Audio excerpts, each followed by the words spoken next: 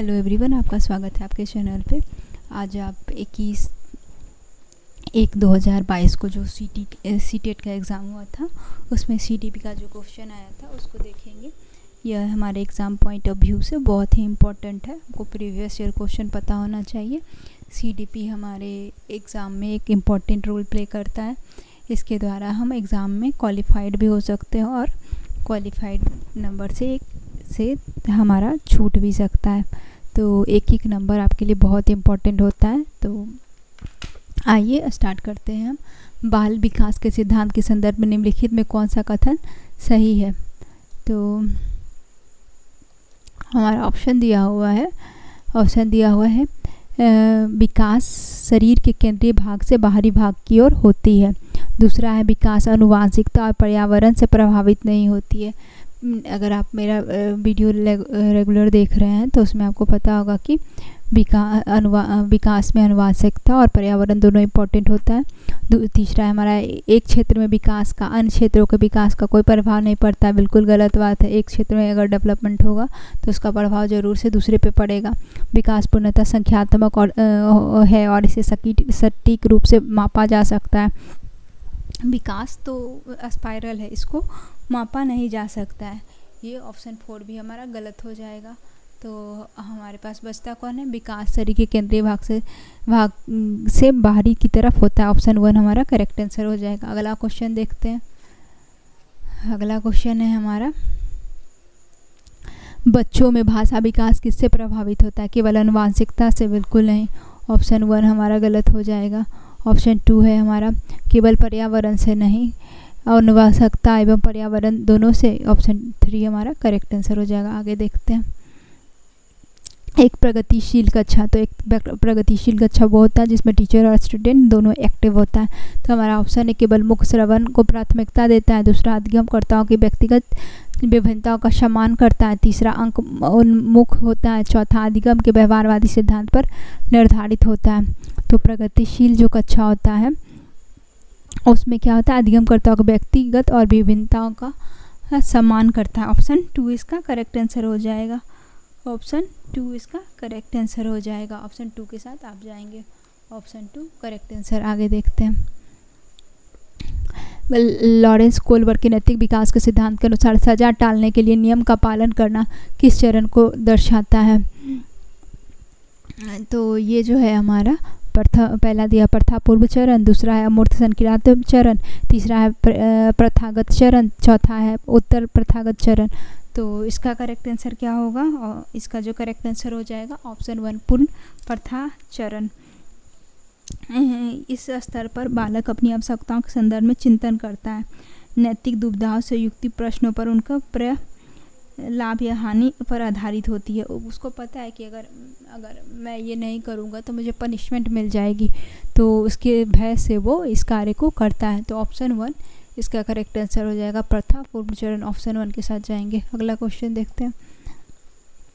अधिगम प्रक्रिया को सुसाध्य करने के लिए एक अधिगम अध्यापिका को ऐसे तरीके इस्तेमाल करना चाहिए। ऑप्शन 1 इसमें संकल्पों का प्रगतिकरण जटिलता से सरलता की ओर हो, जो अब सारी चिंतन को प्राथमिकता दे। तीसरा जो विभिन्न संकल्पों के बीच संबंधों को खोजने को महत्व दे। चौथा जो विद्यार्थियों के बीच प्रतिद्वंद रूपी संस्कृति पैदा करे। तो इसका करेक्ट आंसर हो जाएगा ऑप्शन 3। ऑप्शन 3 के साथ जाएंगे, जो विभिन्न संकल्पों के बीच संबंधों की खोज को महत्व दे। ऑप्शन 3 के साथ हम जाएंगे। अगला क्वेश्चन देखते हैं। लेब-वाइगोत्स्की का सिद्धांत मुख्यतः व्याख्या करता है।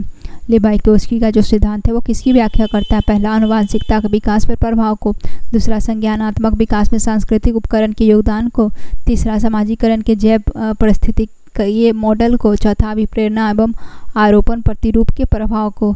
तो इसका करेक्ट आंसर हो जाएगा ऑप्शन बी। इसका करेक्ट आंसर हो जाएगा। ऑप्शन बी के साथ हम जाएंगे। अगला क्वेश्चन देखते हैं। क्रिकेट पर वार्तालाप के दौरान एक अध्यापक अधिकांश लड़कों से पूछ रहा है और लड़कियों से नहीं। अध्यापक यह किस क्रिया का उदाहरण है? तो जैसा कि आप जानते हैं कि ये जेंडर रूढ़िवादिता से प्रभावित है, यानी जनरल पक्षपात। ऑप्शन 2 इसका करेक्ट आंसर हो जाएगा। तो इस ऑप्शन 2 के साथ हम जाएंगे। ऑप्शन 2 हमारा करेक्ट आंसर हो जाएगा। ऑप्शन 2 के साथ हम जाएंगे। अगला क्वेश्चन देखते हैं। बाल केंद्रित कक्षा में एक अध्यापिका किसको महत्व देती है? पहला, निरंतर वस्तुनिष्ठ रूपी परीक्षाओं को। दूसरा, ज्ञान की सक्रिय संरचना प्रक्रिया को। तीसरा, किसी भी तरह से पाठ्यक्रम के समापन को। चौथा, दंड आधारित कठोर अनुशासन पद्धति को। तो बाल केंद्रित कक्षा में जो अध्यापिका है किसको महत्व देती है? ज्ञान की सक्रिय संरचना प्रक्रिया को। तो इसका करेक्ट आंसर हो जाएगा ऑप्शन 2। आप ऑप्शन 2 के साथ जाएंगे। ऑप्शन 2 हमारा करेक्ट आंसर हो जाता है। अगला क्वेश्चन देखते हैं। निम्नलिखित में कौन सा बच्चों के समाजीकरण का प्राथमिक कारण है? पहला, पुस्तक और पत्रिका। दूसरा है निकट परिवार। तीसरा है माता पिता का कार्यस्थल। चौथा है अस्पताल के कर्मचारी। तो इसका जो करेक्ट आंसर होगा, अस्पताल के जो कर्मचारी हैं, तो ये जो हमारा करेक्ट आंसर हो जाएगा। निकटस्थ परिवार, हमारे घर के जो फैमिली मेम्बर है वो इसका आंसर हो जाएगा। ऑप्शन 2 के साथ हम जाएंगे। अगला क्वेश्चन देखते हैं।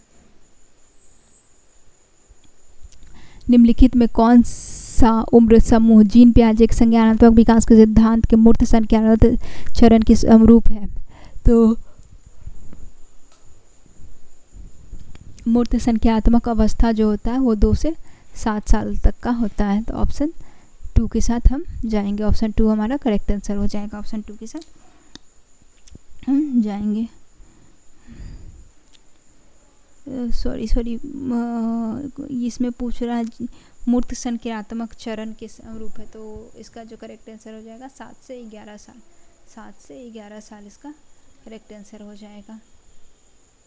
हम ऑप्शन 2 के साथ जाएंगे। ऑप्शन 2 के साथ हम जाएंगे।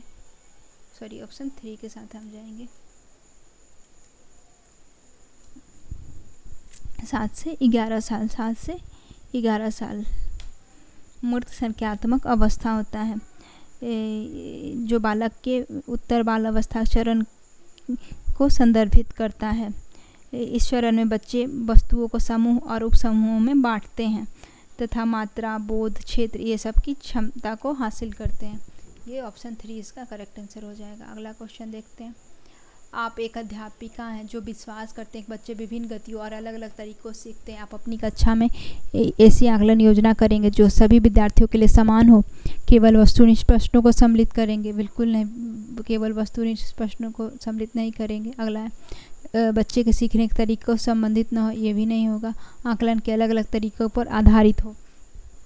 तो इसका जो करेक्ट आंसर हो जाएगा ऑप्शन डी, आकलन के अलग अलग तरीकों पर आधारित हो। अगला क्वेश्चन देखते हैं। लेव-वाइगोत्स्की के सिद्धांत के अनुसार निम्नलिखित में कौन सी अध्यापन अधिगम प्रक्रिया के पार प्रदान करने की प्रभावशाली तकनीक है? तो लेव-वाइगोत्स्की कहते हैं जब टीचर उसको स्टूडेंट को क्लास में पढ़ा रहा है तो उसको स्कैफोल्डिंग दिया जाता है। तो उस कंडीशन में वो कैसे स्टूडेंट का अपना हेल्प करेगा? तो इसका ऑप्शन दिया हुआ है। इसका जो ऑप्शन दिया हुआ है पहला है समस्या का समाधान हेतु स्थिर पद दर पद निर्देश देना। ऑप्शन पहला। ऑप्शन पहला। दूसरा है गलत जवाब पर बच्चों को दंडित करना। ये भी नहीं होगा, ये भी गलत, ये भी गलत। समस्या को सुलझाने के दौरान अगर बच्चे किसी बिंदु पर अटक जाए तो उसे उसी समय संकेत और इशारा देना। ऑप्शन 3 करेक्ट हो जाता है। ऑप्शन 3 के साथ हम जाएंगे। ऑप्शन 3। अगला क्वेश्चन देखते हैं। निम्नलिखित कथनों में से बुद्धिमत्ता के बारे में कौन सा कथन सही है? पहला, बुद्धिमत्ता को केवल बुद्धि परीक्षण द्वारा मापा जाता है।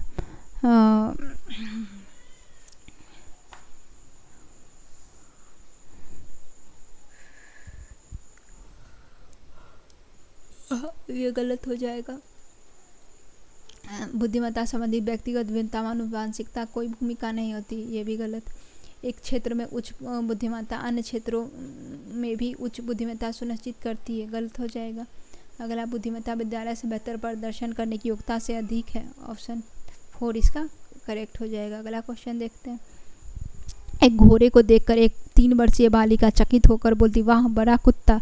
जीन पियाजे संज्ञानात्मक विकास के सिद्धांत के अनुसार बालिका की यह प्रक्रिया किसका उदाहरण है? पहला आत्मसत्करण या समावेशन प्रतीकात्मक, तीसरा पदार्थ स्थायित्व, चौथा अस्थायीगत अनुकरण। तो इसका जो करेक्ट आंसर हो जाएगा वो होगा हमारा ऑप्शन ए, आत्मसात्करण या समावेशन। ऑप्शन 1 के साथ हम जाएंगे। अगला क्वेश्चन देखते हैं। भाषा एवं विचार पर लेव वाइगोत्स्की क्या सुझाते हैं? पहला, भाषा संज्ञानात्मक विकास को संदर्भित करता है। दूसरा, संज्ञानात्मक विकास भाषा को निर्देशित करती है। तीसरा, भाषा के संज्ञान में कोई संबंध नहीं है। चौथा, संज्ञान भाषा से स्वतंत्र है। तो इसका जो करेक्ट आंसर हो जाएगा ऑप्शन ए, भाषा संज्ञानात्मक विकास को निर्देशित करती है। ऑप्शन 1 के साथ हम जाएंगे। अगला क्वेश्चन है हमारा, बच्चों में सृजनात्मकता को किस प्रकार सुसाध्य किया जा सकता है? पहला, अन्वेषण को प्रोत्साहित करके। दूसरा, अध्यापक केंद्रित शिक्षा शास्त्र द्वारा। तीसरा, लगातार अभ्यास और दोहरा कर। चौथा, केवल अनुकरण द्वारा। तो सृजनात्मकता की मतलब कि बच्चे एक काम को बहुत तरह से कर सकें, उसका मतलब क्रिएटिविटी होता है। तो इसका जो करेक्ट आंसर हो जाएगा ऑप्शन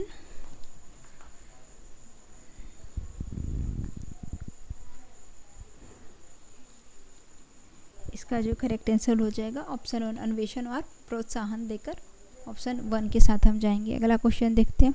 गुणज वैकल्प यानी कि डिस्कैलकुलिया, जिसमें बच्चे को जोड़ने घटाने में दिक्कत आता है, डिस्कैलकुलिया सीधे तौर पर निम्नलिखित में किससे संबंधित है? पहला, गति विषयकता से नहीं। ऑप्शन 1 गलत हो जाएगा। दूसरों के प्रेरणा की इरादों को समझाने के प्रभावित से नहीं। संगीतीय योग्यता से नहीं। गणित संकल्पों के अधिगम की कठिनाइयों से। ऑप्शन 4 इसका करेक्ट आंसर हो जाएगा। अगला क्वेश्चन देखते हैं। शिक्षा का अधिकार अधिनियम 2009 के अंतर्गत निजी विद्यालय में आर्थिक रूप से कमजोर वर्ग के विद्यार्थियों के दाखिला हेतु सीटों के आरक्षण का प्रावधान है। इन छात्रों के सफल समावेशन हेतु एक अध्यापक को किस तरह के शिक्षा शास्त्र का इस्तेमाल करना चाहिए? पहला, भेदात्मक। दूसरा, अलगावात्मक। तीसरा, साम्यता पर आधारित। चौथा, समानता पर आधारित। तो इसका जो करेक्ट आंसर हो जाएगा ऑप्शन सी, साम्यता पर आधारित। ऑप्शन 3 के साथ हम जाएंगे। अगला क्वेश्चन देखते हैं। एक समावेशी कक्षा में सूचना को किस तरह से प्रस्तुत किया जाना चाहिए?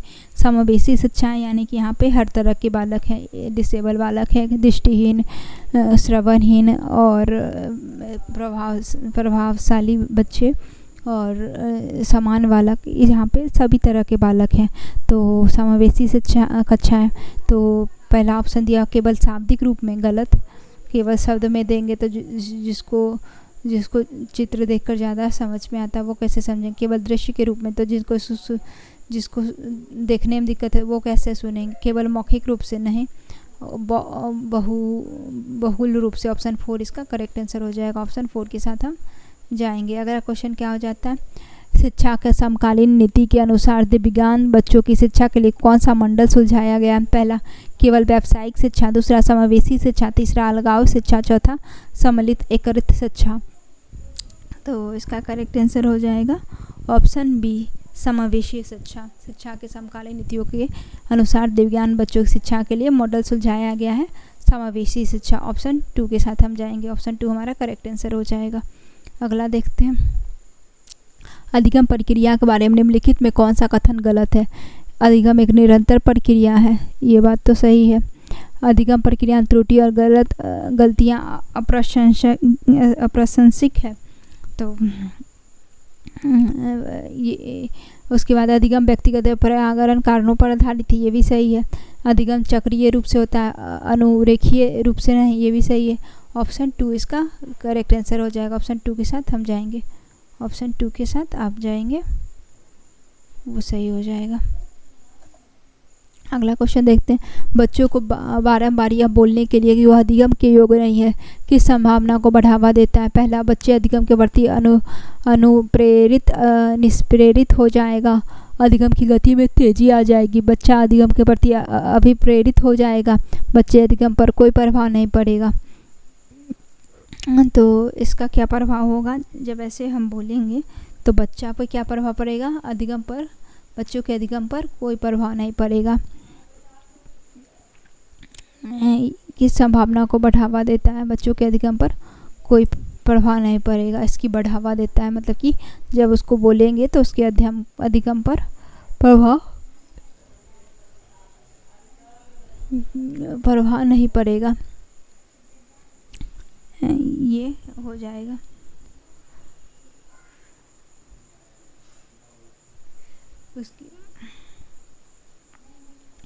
इसका जो हो जाएगा, बच्चे को बारंबार यह बोलने की कि वह अधिगम के लिए योग्य नहीं है कि संभावना को बढ़ावा देता है। बच्चे अधिगम प्रति अनुप्रेरित निष्प्रेरित हो जाएंगे। हाँ, वो उदासीन हो जाएंगे। इसका करेक्ट आंसर ये हो जाएगा ऑप्शन 1। ऑप्शन 1 के साथ आप जाएंगे। ऑप्शन 1 करेक्ट आंसर हो जाएगा। अगला क्वेश्चन देखते हैं। समस्या समाधान कौशल किस प्रकार बढ़ाया जा सकता है? उपकरण सामग्री के पारस्परिक इस्तेमाल पर ध्यान देना, समस्या को मानक रूपों में प्रस्तुत करके, समाधान के वैकल्पिक तरीकों को मानकर, यत्रवत याद करके। तो समस्या समाधान कौशल को किस प्रकार से बढ़ाया जा सकता है? ऑप्शन 2 हमारा करेक्ट आंसर हो जाएगा। ऑप्शन 3 जो है हमारा, समस्या के वैकल्पिक तरीकों को मानकर। ऑप्शन 3 के साथ हम जाएंगे। अगला क्वेश्चन है हमारा, प्राथमिक कक्षा में संकल्पना अध्यापन हेतु विषय वस्तु को प्रस्तुत करने का कौन सा रूप सर्वाधिक उपयुक्त है? पहला, संकेत चित्र मूर्त सामग्री। दूसरा, चित्र संकेत मूर्त सामग्री। तीसरा, संकेत मूर्त सामग्री चित्र। तीसरा, मूर्त सामग्री चित्र संकेत। तो प्राथमिक कक्षा में जो बच्चों को है वो कैसे करेंगे? तो उसके लिए हमें क्या करना चाहिए? मूर्त सामग्री चित्र संकेत सभी चीज़ का उपयोग करने चाहिए। ऑप्शन 4 के साथ हम जाएंगे। अगला क्वेश्चन है हमारा, बच्चों के अधिगम पर कक्षा के वातावरण का काफ़ी प्रभाव पड़ता है। प्रवीणता अभिमुखी अधिगम संस्कृति को बढ़ावा देने के लिए कक्षा का वातावरण किस तरह का होना चाहिए? प्रदर्शन अभिमुखी। दूसरा, स्पर्धात्मक व्यक्तिपरक। तीसरा, अध्यापक प्रधान। चौथा, सहकारात्मक एवं सहयोगात्मक। तो इसका करेक्ट आंसर क्या हो जाएगा? ऑप्शन डी इसका करेक्ट आंसर हो जाएगा, सकारात्मक एवं सहयोगात्मक। ऑप्शन 4 के साथ हम जाएंगे। अगला क्वेश्चन देखते हैं, अधिगम के संदर्भ में कौन सा कथन सही है? परीक्षा ही अधिगम का चरण लक्ष्य है? नहीं, परीक्षा नहीं है। अधिगम एक निष्क्रिय प्रक्रिया है? निष्क्रिय भी नहीं है। भाव का अधिगम प्रक्रिया पर कोई प्रभाव नहीं पड़ता है। अधिगम एक जटिल प्रक्रिया से अध्ययन करेगा कि सरलता की जरूरत होती है। ऑप्शन डी, ऑप्शन 4 के साथ हम जाएंगे। ऑप्शन 4 हमारा जो है करेक्ट आंसर हो जाता है। ऑप्शन 4 हमारा करेक्ट आंसर है। ऑप्शन 4 के साथ हम जाएंगे। अगला क्वेश्चन है हमारा, अधिगम का सामाजिक संरचनात्मक विचार अधिगम प्रक्रिया में डैश की महत्ता पर जोर देता है? पहला, प्रारंभिक क्रिया। दूसरा, पुरस्कार और दंड। तीसरा, आनुवांशिकता। चौथा, अमन्य अटल शिक्षा शास्त्रीय उपागम। तो इसका जो करेक्ट आंसर हो जाएगा ऑप्शन ए करेक्ट आंसर हो जाएगा, पारस्परिक क्रियाएं। ऑप्शन 1 के साथ हम जाएंगे। अगला क्वेश्चन देखते हैं, निम्नलिखित में कौन सा युग्म घटक और अभिप्रेरणा स्रोत का सही रूप से मिला युग्म है? आत्म परितोषण, बाह्य अभिप्रेरणा, जिज्ञासा आंतरिक अभिप्रेरणा। तीसरा, नकद पुरस्कार आंतरिक अभिप्रेरणा, रुचि बाह्य अभिप्रेरणा। तो सही मिलान का सही रूप कौन सा है? तो इसका जो करेक्ट आंसर हो जाएगा जिज्ञासा आंतरिक प्रेरणा। जिज्ञासा जो है आंतरिक प्रेरणा से आती है। ऑप्शन 2 के साथ हम जाएंगे।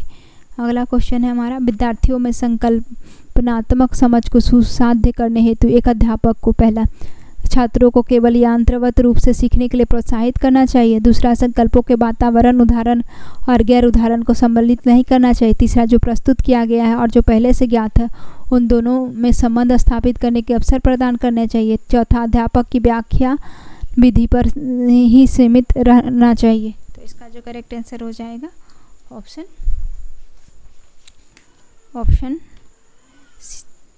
3 के साथ जाएंगे। जो प्रस्तुत किया गया है और जो पहले से ज्ञात है उन दोनों में संबंध स्थापित करने के अवसर प्रदान करने चाहिए। ऑप्शन 3 के साथ हम जाएंगे। अगला क्वेश्चन देखते हैं, निम्नलिखित में कौन से कारक अधिगम को प्रभावित करते हैं? अभिप्रेरणा, सामाजिक संदर्भ, संवेग, शिक्षा शास्त्रीय उपागम। तो इसका करेक्ट आंसर हो जाएगा अभिप्रेरणा, संवेग और शिक्षा शास्त्रीय उपागम। ऑप्शन